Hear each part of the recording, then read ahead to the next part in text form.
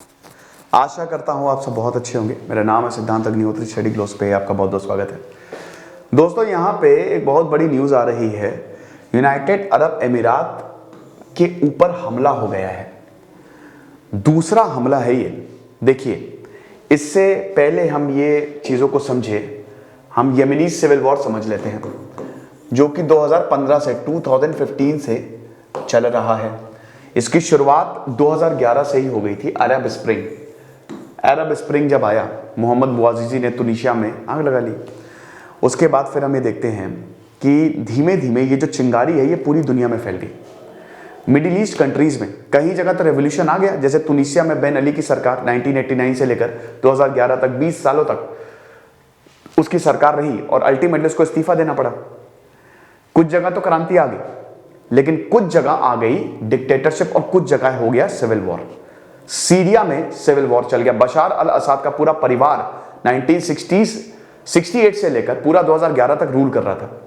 अब इसमें हुआ क्या दोस्तों, एक्चुअली ये जो अरब स्प्रिंग था, मैं आपको एक एक चीज बताता हूं। अरब स्प्रिंग था, इसमें ये वॉर, तो ये जो रेवोल्यूशन जो है, क्रांति जो है, ये शुरुआत तो मिडिल ईस्ट में हो गई, गल्फ कंट्रीज में हो गई इसकी शुरुआत की। सऊदी अरब में भी क्रांति लेके आएंगे, क्योंकि हर जगह यहां पे डिक्टेटरशिप है। जितनी भी इस्लामिक कंट्रीज है वहां पे अथॉरिटेरियन रिजीम है, एक परिवार का राज काफी समय से चल रहा है।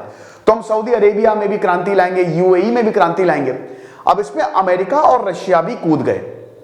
आप समझ रहे हो, अमेरिका जो है वो इन सरकारों को सपोर्ट कर रहा था। देखिए, अमेरिका के सपोर्ट में जो होगा, अमेरिका उसको सपोर्ट करेगा। अमेरिका अगर पीछे सपोर्ट कर रहा है तो अमेरिका के पीछे कौन है? अमेरिका के पीछे है पूरा यूरोप, तो यूरोप हो गया। अमेरिका के पीछे सऊदी अरेबिया। तो आप ये समझो कि कई जगह जहां जहां सिविल वॉर था, जहां जहां अनस्टेबिलिटी थी, अमेरिका ने सपोर्ट सरकार को किया। आप समझ रहे हो? और रिबेल्स को सपोर्ट रशिया ने किया। हालांकि ये डिपेंड करता था, अमेरिका को अगर रिबेल में फायदा मिल रहा था तो उसने रिबेल को सपोर्ट देना शुरू किया। आप समझ रहे हो? तो सीरिया में बशार अल असद की सरकार, उसको सपोर्ट एक तरीके से कौन कर रहा था? अमेरिका। परेशान मत हो, तुम्हारी सरकार नहीं जाने देंगे। आईसिस आ गया, और कहीं ना कहीं आईसिस को सपोर्ट तो हालांकि नहीं, लेकिन कहीं ना कहीं कुछ कंट्रीज से तो सपोर्ट था ही। तो आप ये समझिए कि अरब स्प्रिंग के बाद सीरिया में प्रॉब्लम शुरू हो गई। जहां पे सिविल वॉर हुआ ना, जैसे कुछ देश तो उबर ही नहीं पाए। इराक में प्रॉब्लम शुरू हो गई। इराक में भी अभी तक कोई बहुत स्टेबिलिटी नहीं आई है। सीरिया में भी अभी बहुत स्टेबिलिटी नहीं है। उसमें से एक देश यमन भी था। यमन में भी दोस्तों सिविल वॉर शुरू हो जाती है। हुतीज जो हैं वो तख्ता पलट कर देते हैं और सरकार पे कब्जा कर लेते हैं। हदी, उस समय जो हदी, प्रेसिडेंट हदी, बहुत वक्त से प्रेसिडेंट, उनको हटा देते हैं।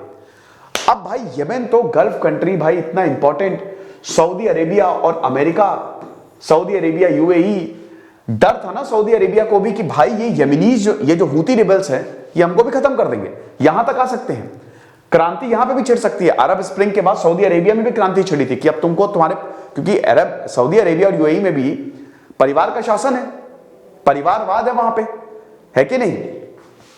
मोहम्मद बिन सलमान, ये जो रॉयल फैमिलीज हैं यहां पे रूल करती हैं, तो अब वही तक क्रांति यहां पे भी लेके आएंगे। लेकिन सऊदी अरेबिया ने बल का प्रयोग करके इसको रोक दिया। ठीक है, तो अब हम ये देखते हैं कि यमन में तख्ता पलट हो गया। आज भी दोस्तों हूतीस ही यमन को कंट्रोल कर रहे हैं ज्यादातर एरियाज में। कैपिटल यमन की सना है ना, कंट्रोल्ड।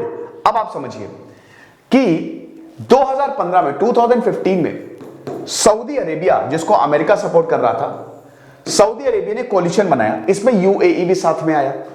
तो सऊदी अरेबिया और यूएई और बाकी गल्फ कंट्रीज और अमेरिका और नेटो एलाइज, ये सब मिल के इन्होंने बोला कि चलो हूतीस को मारना शुरू करते हैं। तो हूतीस को मारना शुरू किया। यूनाइटेड नेशंस की रिपोर्ट आई, 1 लाख से ज्यादा लोग मारे जा चुके हैं यमन में अभी तक वो ऑन गोइंग है। सिविल वॉर का कोई अंत नहीं हुआ है। अभी इधर हूती कभी अटैक कर देते, कभी सऊदी अरेबिया अटैक कर दे रहा है, तो अभी तक इसका अंत नहीं हुआ है। बल्कि सऊदी अरेबिया एक तरीके से पब्लिकली डिनाई करता है कि देखो भाई, हम कोई खास इतना, जैसे कई बार इन पे आरोप लगता है कि तुम लोगों पे बॉम्बिंग कर रहे हो। सऊदी अरेबिया के लोग भी गुस्से में कि तुम दूसरे के फट्टे में क्यों हाथ डाल रहे हो, लेकिन बोला कि नहीं, हम लोगों पे बॉम्बिंग नहीं कर रहे, हम तो हूती रिबेल्स को मार रहे हैं। लेकिन सच्चाई ये है 1 लाख से ज्यादा लोग मारे जा चुके हैं दोस्तों, और तकरीबन 1 करोड़ से ज्यादा लोग भुखमरी के कगार पे हैं यमन में। बहुत बुरी हालत है। अब अभी क्या हुआ है, यूएई ने अपनी फोर्सेस को विड्रॉ कर लिया था। यूएई एक तरीके से इस वॉर से पीछे हट गया था, है ना। लेकिन हाल ही में हमले काफी तेज हो गए हैं। सऊदी अरेबिया ने काफी हमले तेज कर दिए भाई। अभी पिछले हफ्ते हमला किया, यमन में 80 लोग मारे गए। बदले में यमन में हुतीज ने हमला किया यूएई पे। वही संडे को जो पिछले हफ्ते ऑयल टैंकर वाला हमला, भाई वर्कशॉप पे हमला किया, ऑयल डिपो पे हमला किया, वहां पे 3 लोग मारे गए। फिर संडे को बैलिस्टिक मिसाइल दाग दिया। बैलिस्टिक मिसाइल दाग रहे हो एक देश के ऊपर, हालांकि हमला नाकाम हुआ। यमन और सऊदी अरेबिया में अमेरिका के जो थर्ड सिस्टम है, मतलब ये पूरा का पूरा अमेरिका ने सिस्टम यहां पे दिया हुआ है जो मिसाइल्स को खत्म करता है। तो आप ये समझिए कि यमन ने जो बैलिस्टिक मिसाइल से हमला किया वो तो नाकाम हो गया, लेकिन बहुत ज्यादा पॉसिबिलिटी अब ये छोड़ गया है यूएई सऊदी अरब तो अब रिस्पॉन्ड करेंगे, तो ऑल आउट वॉर भी छिड़ सकती है, जिसमें सबसे ज्यादा नुकसान होगा यमन को। अच्छा, यमन को ईरान सपोर्ट कर रहा है, यमन को ईरान सपोर्ट कर रहा है, टर्की का एक तरीके से सपोर्ट है, क्योंकि ये सब अमेरिका के खिलाफ है। इजराइल जो है, इजराइल भी इस पर नजर जमाए हुए है। इब्राहिम अकॉर्ड साइन हुए तो 2020 में यूएई और इजराइल के बीच में। यूएई ने इजराइल को रिकॉग्नाइज कर लिया ना कि भाई कोई दिक्कत नहीं है, हम तुम्हारे साथ दोस्ती कर रहे हैं। अब ये बहुत बड़ी स्टेटमेंट है। एक अरब कंट्री, भाई इजराइल की पूरा युद्ध ही अरब को लेके, यरूशलेम को लेके, एक अरब कंट्री ने, मतलब एक गल्फ कंट्री ने इनको रिकॉग्नाइज कर लिया।